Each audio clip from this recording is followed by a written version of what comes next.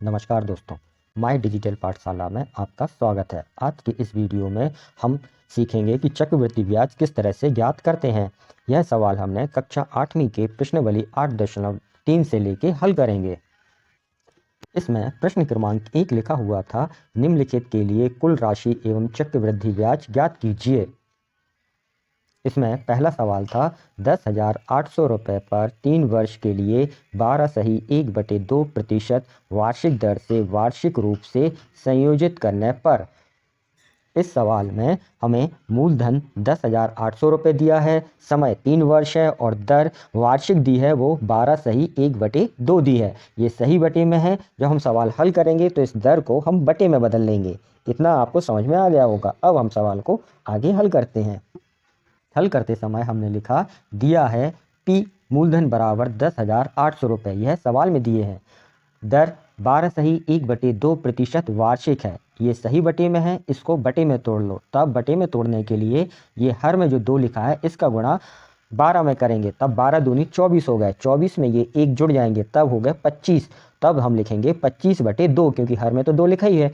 तब अंश हो जाएगा 25 और हर कितना हो गया, 2 हो गया। तब दर कितनी हो जाएगी, 25/2% प्रति वर्ष या वार्षिक। और समय कितना दिया था सवाल में, समय दिया है n बराबर 3 वर्ष। अब हम इसे आगे हल करेंगे। जब हम इसे आगे हल करेंगे तब हमने लिखा इसलिए 3 वर्ष बाद मिश्रधन। तो मिश्रधन का फार्मूला होता है मूलधन गुणित कोष्टक में 1 धन दर बटे 100, उसके ऊपर समय की पावर, ये फार्मूला होता है। उसमें हम इसका मान रखेंगे। तब हमने लिखे 10,800 गुणित कोष्टक 1 धन दर कितनी थी 25/2, तो ये 25 ऊपर और हर में 2 आ गए। हर में कितने का गुणा रहता है 100 का, तो हमने गुणित 100 लिखे। इसके ऊपर 3, समय कितना है 3 वर्ष के लिए निकाल रहे हैं, तो यहाँ 3 की पावर आ जाएगी, घातांक आ जाएगी। जब हम इसको आगे हल करेंगे तो हल करते समय हमने ये 25 और 100 को यहीं कैंसिल कर देंगे। तब 25 से कम 25 और 25 चौके हो गए कितने 100। तब ये हो गए 1/4। अब जो ये 4 है इसका गुणा हम 2 में कर देंगे, तो 4 दूनी हो जाएंगे 8। अब ये जब इसमें आप जोड़ोगे तो लघुत्तम लिया तो 8 में 1 का आप 8 एकम 8, तो ये कितने हो जाएंगे, इसमें जोड़ेंगे तो 8 इधर पे 9, 8 और 1 9, 9/8, क्योंकि ये 4 दूनी 8 है। तब यहाँ पे हो गए 9/8। उसके ऊपर 3 की घातांक है, तो जब हम अगला स्टेप लिखेंगे वहाँ पे हम 9/8 को 3 बार लिखेंगे, क्योंकि घातांक कितनी की है 3 की। मूलधन कितना था 10,800 गुणित 9/8 गुणित 9/8 गुणित 9/8। जब आप इसको हल करोगे तब यह कितना हुआ, यह हुआ 15,377 रुपये 34 पैसे। ठीक है, ये क्या निकला है मिश्रधन। हमें क्या निकालना है, ब्याज। उसके लिए हम क्या करेंगे, आगे देखो आप। उसके आगे हम पहले हमने क्या निकाला था, मिश्रधन निकाला था। मिश्रधन कितना आया था 15,377 रुपये 34 पैसे, और मूलधन कितना था अपने पास 10,800। तो हम क्या करते हैं, मिश्रधन जो होता है उसमें मूलधन और ब्याज दोनों ज्वाइंट रहते हैं, जुड़े हुए रहते हैं। तो उस मिश्रधन में से हम क्या करते हैं, मूलधन को घटा देते हैं। तब हमारे पास क्या आ जाएगा, चक्रवृद्धि ब्याज आएगा। तो हमने लिखा इसलिए चक्रवृद्धि ब्याज बराबर मिश्रधन ऋण मूलधन। तो मिश्रधन कितना था 15,377.34। इसमें से हम कितना मूलधन घटा देंगे 10,800। जब आप इसको घटाओगे तब यह बचे 4,577 रुपये 34 पैसे। यह इस सवाल का उत्तर हुआ। अब इसी वीडियो में हम अगला सवाल हल करेंगे। अगला सवाल हल करने से पहले मैं आपकी जानकारी के लिए बता दूं कि प्रश्नावली 8.3 चक्रवृद्धि ब्याज के अन्य सवालों के हल जानने के लिए आप हमारे अन्य वीडियो को देख सकते हैं। इन सभी वीडियो का लिंक नीचे विवरण बॉक्स में दिया गया है। दूसरा सवाल लिखा हुआ था 18,000 रुपये 2/1/2 वर्ष के लिए 10% वार्षिक दर से वार्षिक रूप से संयोजित करने पर। इसमें हमें क्या ज्ञात करना है, चक्रवृद्धि ब्याज ज्ञात करना है। इस सवाल में हमें क्या दिया है, मूलधन दिया है। कितना मूलधन दिया है 18,000 रुपये दिया है। समय कितना दिया है 2/1/2। 2/1/2 का अर्थ हुआ ये 2.5 वर्ष है। कितने वर्ष है, 2.5 वर्ष है। ठीक है, अब जब ये सही बटे में दिया है तो हम इसे बटे में तोड़ेंगे। कैसे बटे में तोड़ेंगे, 2 का गुणा 2 में करेंगे तो 2 दूनी 4, 4 में आप 1 जोड़ोगे तो कितना हो गया 5, 5/2। ये 2.5 वर्ष हो गए, है ना। दर कितनी दी है 10% दी है। दर कैसी है, वार्षिक है। वार्षिक दर से लिखा ना, तो दर कितनी हो गई, वार्षिक हो गई। इस सवाल को पढ़ के यह क्लियर हो गया। अब हम आगे हल करते हैं। जब हम सवाल को हल करेंगे तब हम यह लिखते हैं हल करते समय कि आखिर सवाल में हमें क्या क्या ज्ञात हुआ या सवाल में क्या क्या दिया हुआ था, उसको लिखना पड़ता है। तो हम लिखेंगे यहाँ दिया है या सब प्रश्न में दिया है।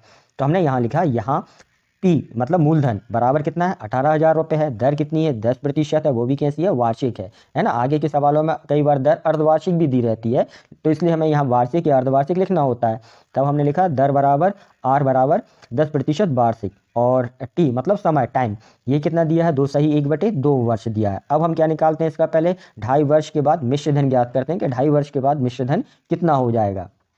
2.5 वर्ष के बाद मिश्र धन बराबर लिखेंगे मूलधन कितना था 18,000 रुपये गुणित एक, ये फार्मूले में होता है धन दर कितनी है 10% बटे 100, और ये कोष्टक बंद। इसके ऊपर हम 2 की घातांक लिखेंगे। 2 किस लिए लिखेंगे, क्योंकि हम केवल पहले 2 वर्ष के लिए ज्ञात कर रहे हैं ना।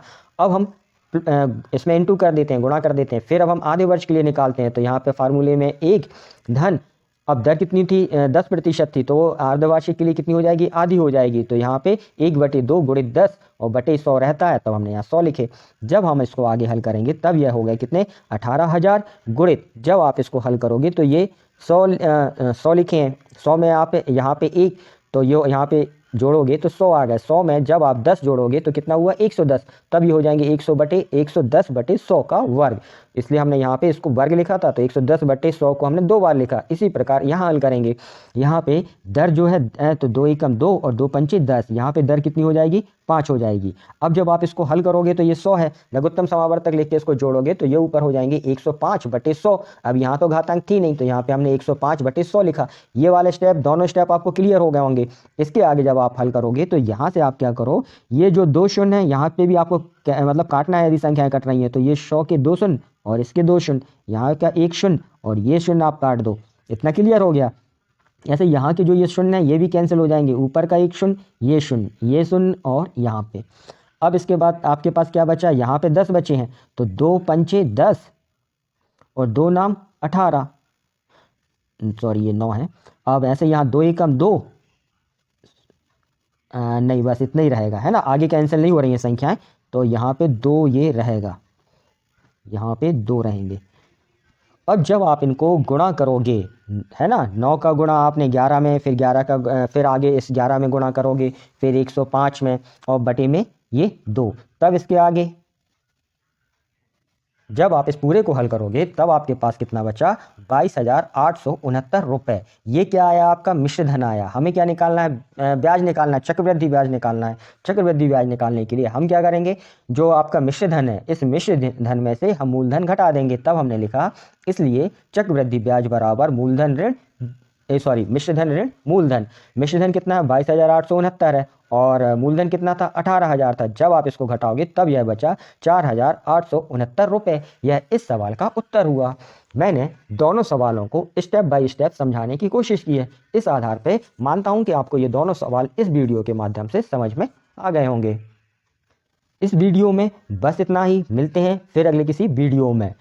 आपके प्रश्न या सुझाव को कमेंट्स बॉक्स में लिखें। चैनल से जुड़े रहने के लिए चैनल को सब्सक्राइब करें। वीडियो समझ में आया हो तो इसे लाइक करें। सवाल को समझने में कठिनाई गई हो तो उसे कमेंट्स बॉक्स में अवश्य लिखें।